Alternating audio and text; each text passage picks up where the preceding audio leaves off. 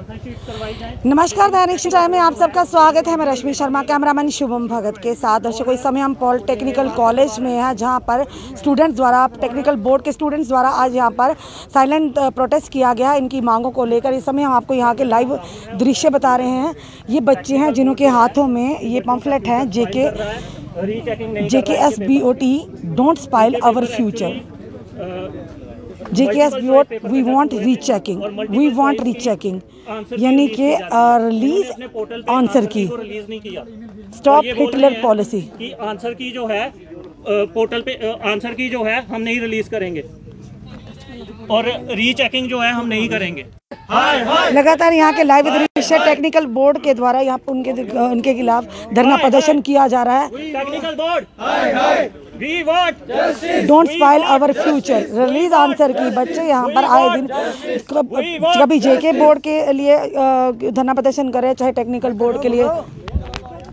We want justice. We want justice. We want justice. We want justice. We want justice. We want justice. We want justice. We want justice. We want justice. We want जानने की कोशिश करेंगे कि आखिर धरने प्रदर्शन का कारण क्या है, आखिर क्यों ये लोग धरना प्रदर्शन कर रहे हैं, आखिर क्या मांग है इनकी जो आज इस समय पॉलिटेक्निक कॉलेज में ये धरना प्रदर्शन कर रहे हैं। We want justice. We want justice. We want justice. We want justice. We want justice. और कहीं ना कहीं जब भी छात्रों की बात नहीं मानी जाती, उनके पास एक ऑप्शन रह जाता, वो मीडिया के माध्यम से अपनी बात को सामने रखे, प्रदर्शन करके। इस समय हम पॉलिटेक्निकल कॉलेज में है, जहाँ पर टेक्निकल बोर्ड के खिलाफ यहाँ पर धरना प्रदर्शन किया जाए लगातार। टेक्निकल बोर्ड के खिलाफ यहाँ पर नारेबाजी की जा रही है। जानने की कोशिश भी करेंगे आखिर क्या परेशानी है इनकी, किस तरह की दुविधा है कि जिसके चलते ये टेक्निकल बोर्ड के खिलाफ यहाँ पर धरना प्रदर्शन कर रहे हैं। जानने की कोशिश भी करेंगे। इस समय यहाँ बच्चों के हाथों में देखिए पम्फलेट है, यहाँ पर छात्रों के हाथों में। आए दिन अगर हर जगह इस तरह के धरना प्रदर्शन होंगे तो टेक्निकल बोर्ड छात्र जो है वो देखिए अब यहाँ पर प्रदर्शन कर रहे हैं। जी सर, अपना मेरा नाम राहुल है, मैं टीचर हूँ पॉलिटेक्निक का। और इन बच्चों के साथ जो ये टेक्निकल बोर्ड है ये नाइंसाफ़ी कर रहा है, इनको रीचेकिंग नहीं करने दे रहा है अपनी आंसर शीट्स को। ऐसा कोई प्रावधान नहीं है इंडिया के कॉन्स्टिट्यूशन में। ये इंडिया के सारे नागरिक हैं, इनका हक बनता है अपनी आंसर शीट्स को देखना, इनका हक बनता है अपनी रीचेकिंग करवाना। लेकिन ये लोग इनको रीचेकिंग नहीं करने दे रहे, हिटलर की पॉलिसी को फॉलो कर रहे हैं। हमारा जो हमने इनको कहा था, एप्लीकेशन हमने दी है, 18 बच्चों ने साइन करके हमने अंदर एप्लीकेशन दी थी और इनको कहा था रीचेकिंग का वो करने दो। इन्होंने मीडिया में आते ही बात इन्होंने क्या किया, नेक्स्ट नोटिफिकेशन निकाल दी नेक्स्ट एग्जामिनेशन की, इनको रीचेक नहीं करने दिया। अब ये बोल रहे हैं, टेक्निकल बोर्ड वाले बोल रहे हैं कि जो मल्टीपल चॉइस एग्ज़ाम होते हैं इसकी रीचेकिंग नहीं होती है। ऐसा कोई प्रावधान नहीं है, ये इनके साथ नाइंसाफ़ी कर रहे हैं। एक्चुअल में हुआ क्या है सर, प्रोपोगंडा। इनसे आंसर कीज़ जो हैं वो गलत चेक हुई हैं, इन्होंने आंसर कीज़ गलत बनाई थी और इसकी वजह से बच्चे फेल हो गए। अब बच्चे जो हैं बोल रहे हैं हमारे 15-16 क्वेश्चन ठीक बन रहे हैं, मतलब हमारा पासिंग मार्क है। अब बच्चे का राइट बनता है कि वो अपनी शीट को देखे, अब ये उनको शीट नहीं दे रहे, तो कहीं ना कहीं मैनिपुलेशन हो रही है शीट्स के साथ, आंसर शीट्स के साथ मैनिपुलेशन हो रही है और ये वायलेट कर रहे हैं SRO 109 को, Jammu Kashmir examination act, prevention of unfair means. इसको एक टेक्निकल बोर्ड खुद वायलेट कर रहा है, जो इन बच्चों का फ्यूचर वो करने के लिए बैठा हुआ है। फ्यूचर स्पॉइल हो रहा है इन बच्चों का। हिटलर की पॉलिसी हम नहीं चलने देंगे। जो बच्चे हैं इनको इनका इंसाफ मिलना चाहिए। बच्चों की आंसर की जो है ये बोर्ड को रिलीज़ करनी चाहिए अपने टेक्निकल बोर्ड इस पे वेबसाइट पे, पोर्टल पे। अगर इनको लगता है कि ये सही है तो ये आंसर की क्यों नहीं रिलीज़ कर रहे, आंसर कीज़ नहीं रिलीज़ कर रहे, इनको रीचेकिंग के फॉर्म नहीं भरने दे रहे। तो इससे ये साबित होता है कि टेक्निकल बोर्ड कहीं ना कहीं गलती हुई है, लूप होल्स इनके पास है। इन बच्चों का क्यों फ्यूचर स्पॉइल कर रहे हैं ये। अच्छा, आप ये बताइए कि कितने ऐसे कैंडिडेट हैं जिनका ये मतलब रिजल्ट गलत बना है? और जिनको सर 200 से ज़्यादा एप्लीकेशंस इन्होंने कैंसिल कर दिए हैं बच्चों के। कश्मीर में भी बच्चों ने प्रोटेस्ट किया है, उसका वीडियो भी है हमारे पास, वीडियो भी हमने इस पर रिलीज़ किया है अपने चैनल्स पे, जहाँ पे ये बोल रहे हैं कि 28 तारीख को हम रिजल्ट निकालेंगे।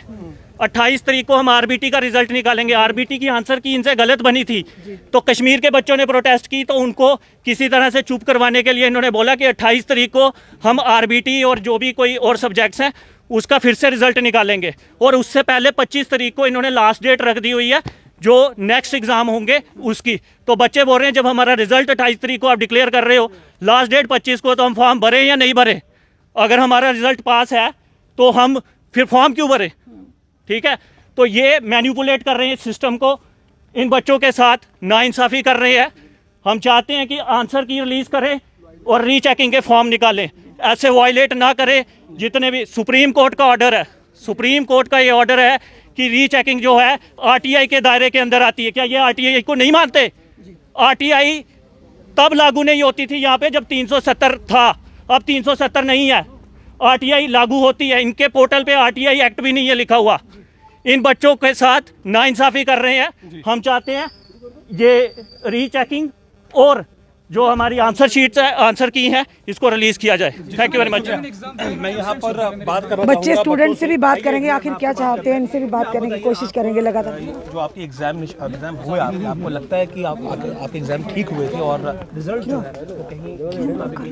जी सर, बिल्कुल हमारे एग्जाम बहुत अच्छे हुए। कई सारे स्टूडेंट टेक्निकल एजुकेशन की तरफ जाते हैं, कई सारे लोग चलिए स्टूडेंट से हैं जिसमें पॉलिटेक्निक है, उसके साथ साथ अगर किसी ने बैचलर डिग्री करनी है तो करेगा। आपका नाम? मुझे मनीष ओझा। आप भी इसी को लेकर के रिलीज की जाए आंसर की? हाँ जी, हाँ जी। क्या कहना चाहिए? मैंने फिजिक्स का पेपर दिया था और इन्होंने रिजल्ट मेरे को एब्सेंट शो किया है। मैं इनके पास कई बार आ चुका हूँ, इन्होंने बोला आपने पेपर दिया था उसके बाद भी आपको एब्सेंट शो आ रहा है। फिर इन्होंने बोला एप्लीकेशन लिखना, मैंने एप्लीकेशन भी लिया। फिर इन्होंने बोला ईमेल भेजना, वो भी मैंने भेज दिया।